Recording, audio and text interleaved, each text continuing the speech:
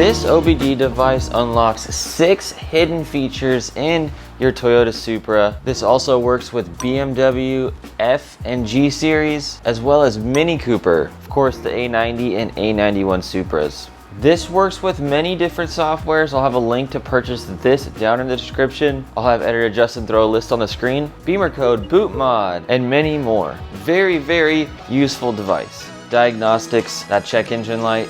Bottom left corner, you can insert this into the OBD2.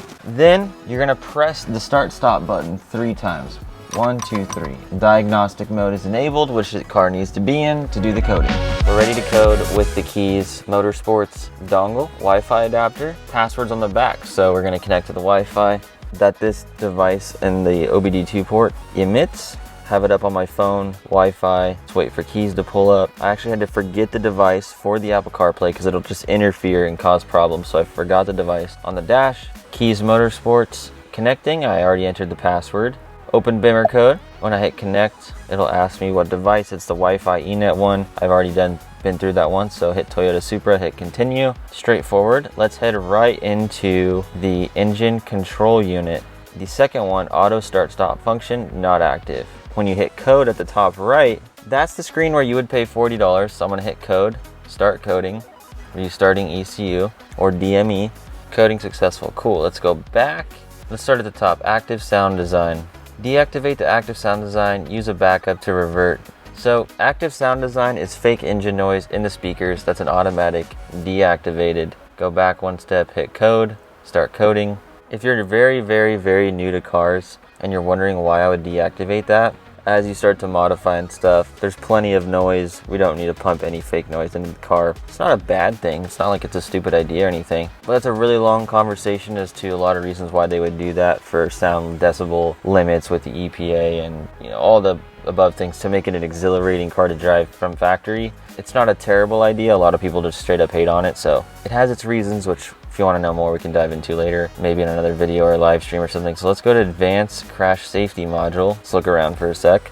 So the only thing really in here that you could use is the seatbelt reminder, driver's seat. You can deactivate that and have it so it doesn't chime when you have your seatbelt off. Not a fan of that at all. I'm a huge seatbelt person. I don't care. One of my biggest fears is getting rear-ended, and if someone didn't have their seatbelt on, you're done. So I'm a huge OCD freak about seatbelts, so I'm just not gonna deactivate it. If you had reasons you're getting in and out of the car all the time, or you're on a track day, or have harnesses now, it'd be nice to be able to just delete that through coding versus a physical electrical situation you would have to figure out how to delete. Physically, it's nice that you can code it out just with your phone. So it has its uses. Acoustic pedestrian protection. Enable the checkbox in the settings in the iDrive system to turn on the acoustic pedestrian protection on or off. What is that? Leave a comment down below. Is that like an electric car when you're walking around and you hear it? Let's go down to audio warning chime. Rolls-Royce warning chime.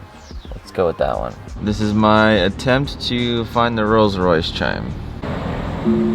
There it is. Max volume at startup, 25%. I love that. You know how to blast your ears off. CarPlay full screen mode active. Start screen, welcome screen, animation. What else we got? Start animation. M variant, that's what we want. Let's go M variant 1. That's what I was looking for. So everyone knows it's a BMW when they're driving it.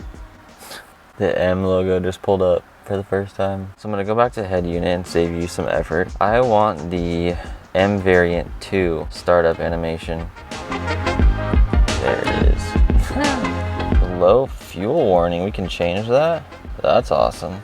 For the 6th feature that for all of you that have a quiet catback or a completely stock car, I feel like you will appreciate this one the most. When this car is fully modified, I'm gonna disable this because it's gonna be plenty loud all the time, and I would like to select when I would like to drive aggressive, not start there, but startup is so much better with this feature. So here's the one thing that's different. You have to select BMW Z4, then hit continue, and it's gonna open up some other options in here.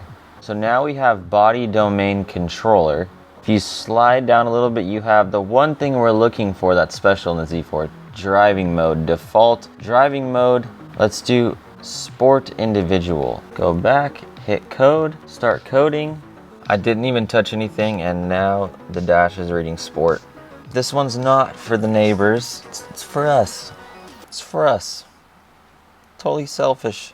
Absolutely necessary. I would argue that this modification is worth the money alone, so that you don't have to hit the sport and like wait a second before you start the car.